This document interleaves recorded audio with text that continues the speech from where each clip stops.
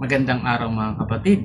Sa mundong puno ng ingay at pagkalito, narito ang paalala ng katotohanan. Ito ang buhay na may Diyos, kung saan may pag-asa sa bawat sitwasyon. Okay mga kapatid, magbibigay lang ako ng sagot sa mga nagsasabing hindi Diyos si Jesus dahil may Diyos siya. Karaniwang sinasabi nila, kung si Jesus ay Diyos, bakit may Diyos siya? Halimbawa ng talata na ginagamit nila. Sa Juan 20 verse 17, aakyat ako sa aking ama at inyong ama, sa aking Diyos at inyong Diyos. Unang dapat maunawaan, si Jesus ay nagkatawang tao.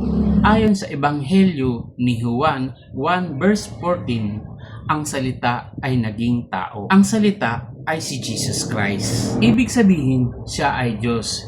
Siya ay naging tunay na tao. Dahil naging tao siya, natural na tinawag niya ang Ama bilang kanyang Diyos habang siya ay nasa mundo. Pangalawa, may mga talatang diretsong nagsasabing Diyos si Jesus. At ayon nga sa talata ng Juan 1 verse 1, ang salita ay Diyos. At ayon nga sa talata ng Juan 20 verse 28, sinabi ni Tomas, Panginoon ko at Diyos ko, at tinanggap ito ni Jesus. Sinasabi nga dito sa Colossus 2 verse 9, sapagkat sa Kanya nananahan ang buong kalikasan ng pagka-Diyos. Ibig sabihin, ang buong pagka-Diyos ay naka-Jesus. Pangatlo, si Jesus ay gumagawa ng mga bagay na Diyos lamang ang kayang gawin. Halimbawa, nagpapatawad ng kasalanan, nagbibigay ng buhay na walang hanggan, at tinatanggap ang pagsamba.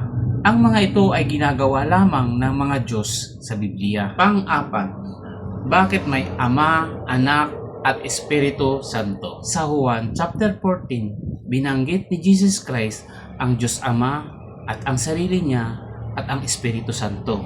Hindi ito tatlong Diyos, ito ay tinatawag na Trinity. Ibig sabihin, isang Diyos lamang, ngunit tatlong persona. Kaya kung may magsabi na hindi Diyos si Jesus, ilatag mo sa kanila yung mga talatang nabanggit ko dito. Eto mga kapatid, yung mga talata na nabanggit na si Jesus ay Diyos. Isang mahalagang paalala, ang layunin na pag-aaral ng Biblia ay hindi para makipag-away, kundi para makilala ang Diyos. Lumago sa pananampalataya, makatulong sa ibang tao na makilala si Kristo. At kung ikaw ay napalakas ng mensaheng ito, ibahagi mo dahil ang buhay na may Diyos ay buhay na may pag-asa.